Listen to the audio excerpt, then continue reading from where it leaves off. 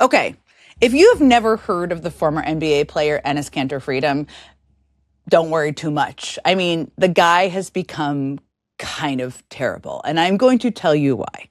Basically, he has put himself at the center of the debate, sort of debate, made up debate around transgender women being able to play in the WNBA. And now, to make things very clear, there has never been a transgender woman who has played in the WNBA, but yet it still continues to be an issue that some raise, including this former NBA player, Enes Kanter Freedom. Now, he has been obsessed with this talking point for some time. It's not brand new for him. He's kind of raised it before. And because the man loves putting himself at the center of things, he's tried out a lot of ways to be an activist, I will just say.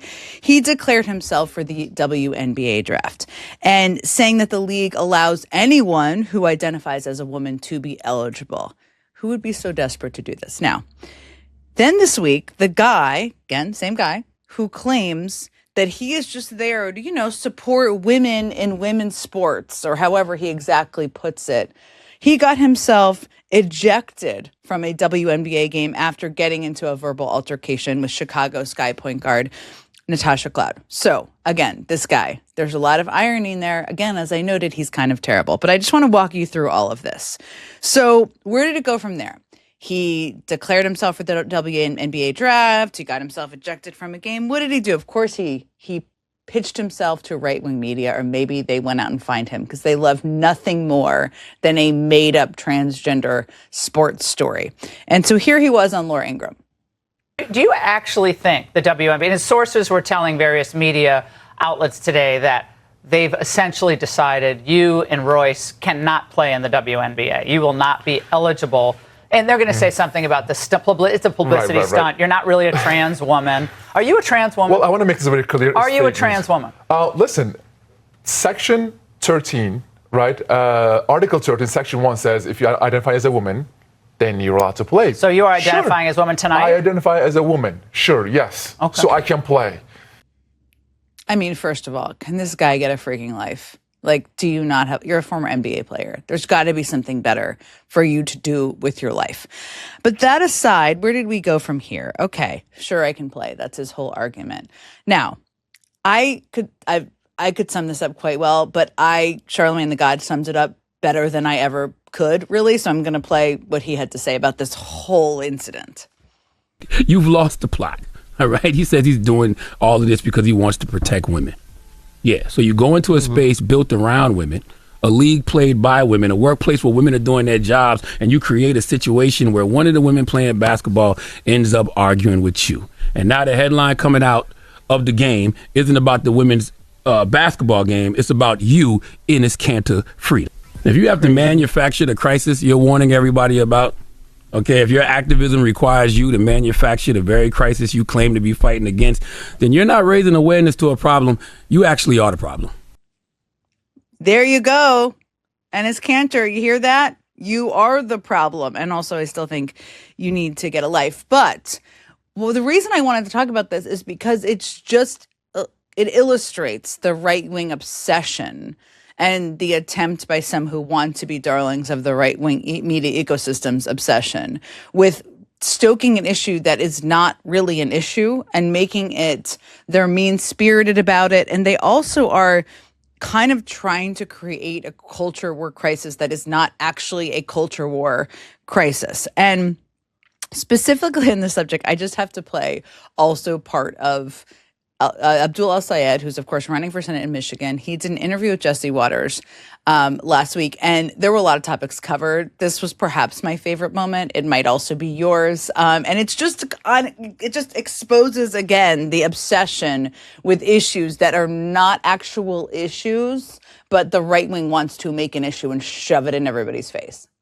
If you disagree that healthcare decisions need to be made by a doctor and their parents and a patient, then we think we agree to disagree. But, you want to put government inside So, Abdul, you're a doctor, right? Selectively.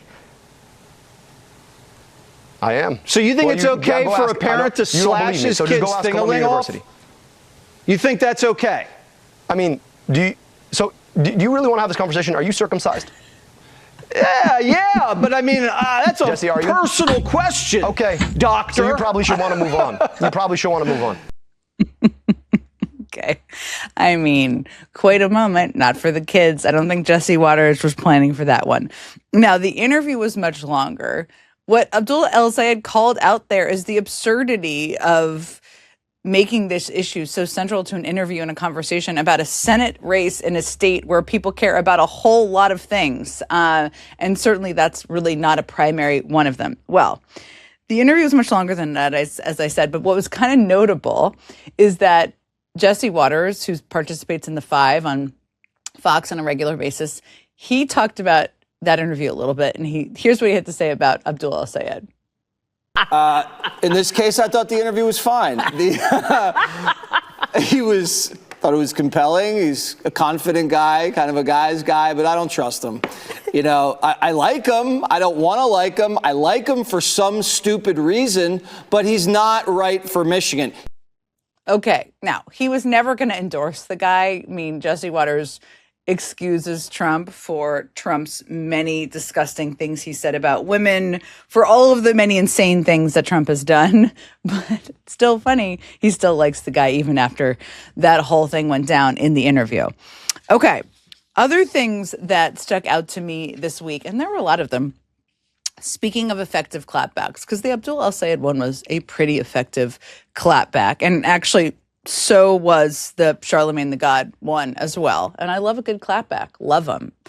This is one. I mean, there are a lot of ways that to deal with Donald Trump, and some leaders do it better than others. The ones who do it terribly are the ones who bring him like gold trinkets or just kind of like kiss his ass for no reason. We've seen this on the world stage over and over again.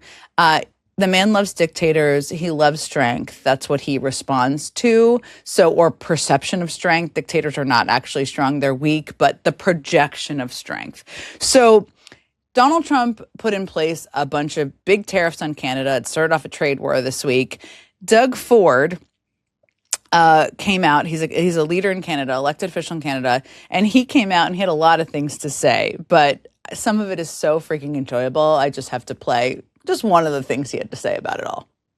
Okay, I was just wondering, you sound a little more subdued than you did this morning on the radio when you said Donald Trump could kiss your ass. Did the Prime Minister tell you to ask you to tone it down a bit? No, he didn't. I'm not going to comment, but he wasn't against that. And I have a lot of real estate on my ass, so he has a lot of room to kiss my ass. So, again, he had said Trump could kiss his ass. That was the subdued version of him, basically saying he's got a big butt. Trump can kiss his big butt. That's what he was saying. So there you go. That exact tone isn't right for everybody, but the point is, if you got a big dumb bully who's threatening you, you got to clap back. And I thought Doug Ford's done a pretty good job of that this week. Okay, other things on the other side of the aisle, I will say, on the Democratic side. Over the weekend, and you probably saw this, we learned that House Democratic leader Hakeem Jeffries recently met privately with Jared Kushner to discuss, as they put it, potential areas of common ground, or I should say, as the reporting put it. Now, there is a lot to say about this meeting, and a lot of Democrats have had a lot to say, kind of understandably here, to the point where Jeffries actually issued a video about the reported meeting, I guess in sort of a response or clarification. I don't remember how they defined it, but here's what he had to say in his video. What's up, y'all? Just finished up an event here in the community in Brooklyn. I want to give you a little real talk on this Jared Kushner situation.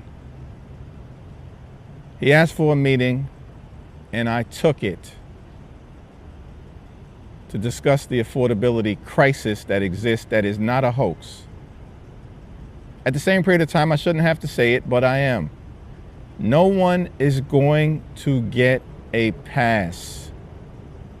We're going to hold every single member of the Trump cartel accountable, beginning on day one.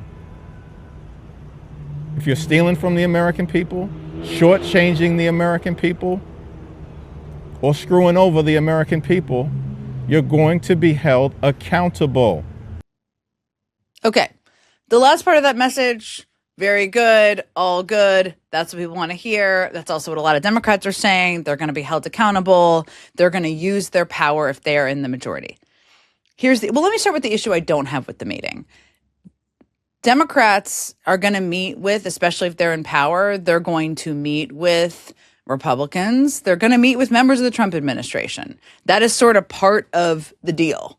That I don't have an issue with. So anyone who's shorthanding it, like nobody should have an issue with him meeting with, that's not the issue. The issue is not him meeting with somebody from another political party.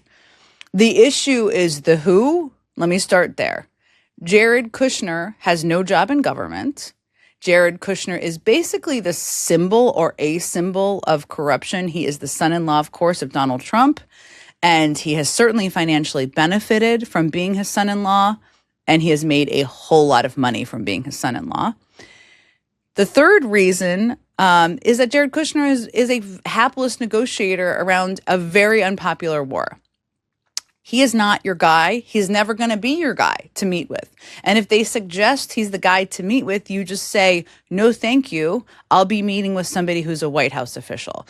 Now, in the reporting, they suggested that Jared Kushner said you should meet with Susie Wiles. That's true. Susie Wiles, you can think whatever you want to think of her, but she's the White House chief of staff. A meeting between the Democratic leader, who might be the future speaker, and the White House chief of staff, very appropriate, totally makes sense. White House chiefs of staffs I've worked with have met with Republicans and been in touch with Republicans, leadership and others for sure, as have presidents I've worked for as well. Okay? Totally normal thing. So the who is a big issue here. The second reason the who's an issue I already touched on is just the corruption story. We are about 2 months from the election.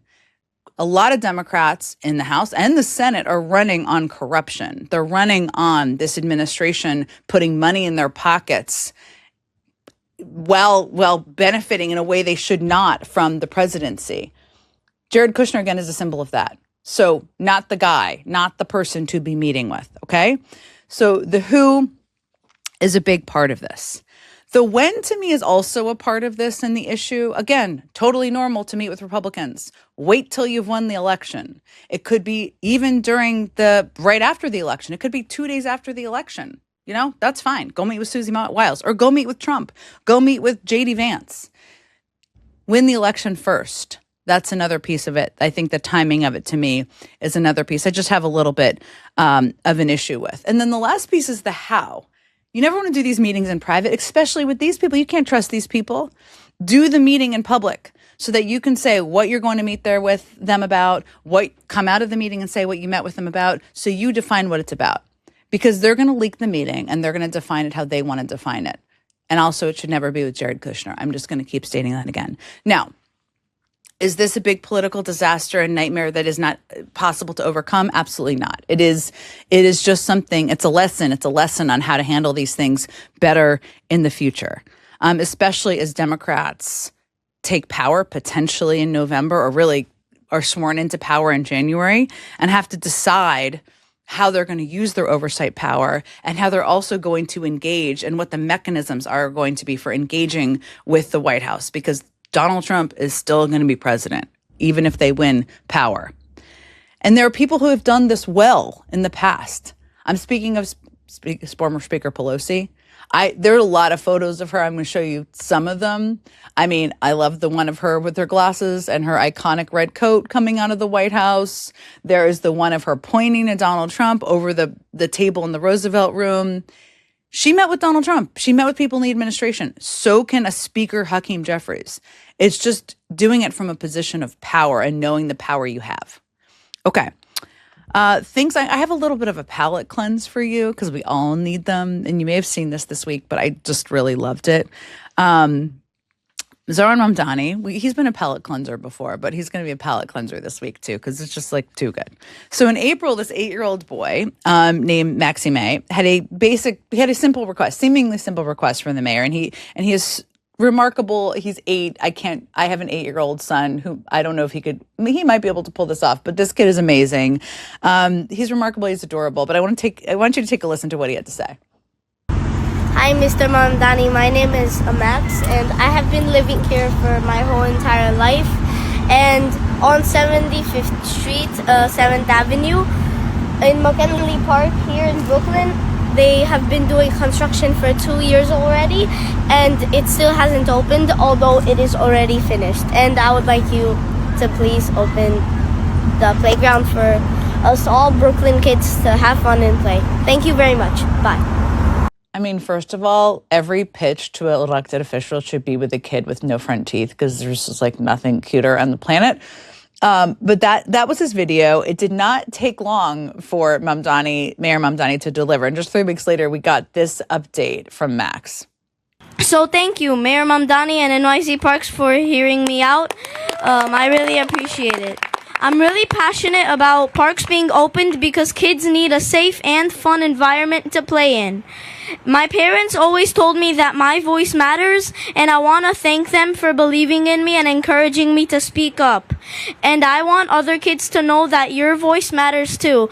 If you see something that needs to be changed, never be afraid to speak up.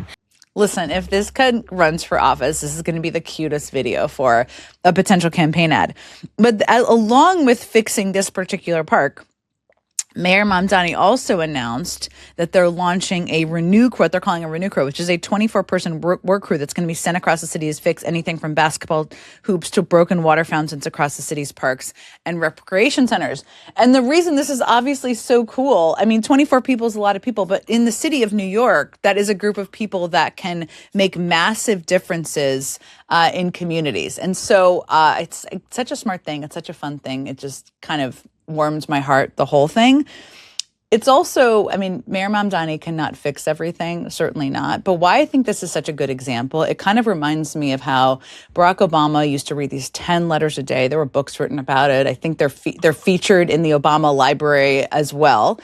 And the reason to read them was because he wanted to hear from people on their different points of view and what they're dealing with. He wasn't going to go fix parks necessarily on his own, but we also used those letters to highlight the stories of people in the country who were benefiting from a number of from programs that he implemented, whether it was the Affordable Care Act or other things, because often it's the people in communities who are the best spokespeople or the best representatives of the impact of policies, even more than statistics or charts or data or anything like that. So Max was very eloquent. It's just a lesson that your voice matters, no matter what your age is.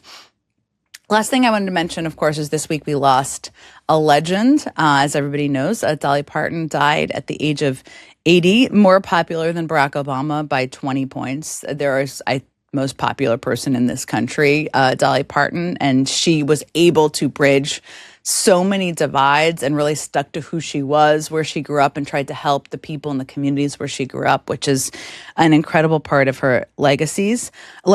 And coincidentally, and I love this detail, on the same day she died, a federal judge in Texas invoked Dolly by name when he struck down a state law trying to restrict drag shows. And one of the plaintiffs in the case impersonates Dolly in her performances. There you go. Okay.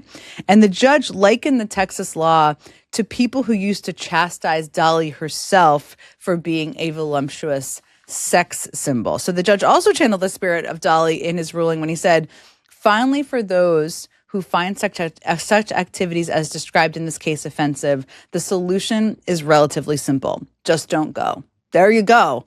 There's so many words I can say about Dolly Parton. A lot of people have said a lot of words, but I just wanted to leave you with a video that makes me smile, where Dolly uses her very long acrylic nails, we'll say, as an instrument alongside another icon, Patti LaBelle. You know, I write a lot of songs when I don't have my guitar. You know, I beat around on the dashboard of my car when I'm riding around writing songs. But then I have a little rhythm that we can do with these acrylic nails. Can you do that? Yep. Oh, good. You want to play a little song for them? Get up close to your microphone. We're mic'd right down in here. Get up close to it. Okay. That's cute. Can you hear that? See, we did plan this, but we didn't know how it was going to sound. Well, we were planning to see if we could do something like, Mama, little children love shortening, shortening. Mama, little children love shortening bread. Mama, little children love shortening, shortening. Mama, little children love shortening bread. Play it, Patty.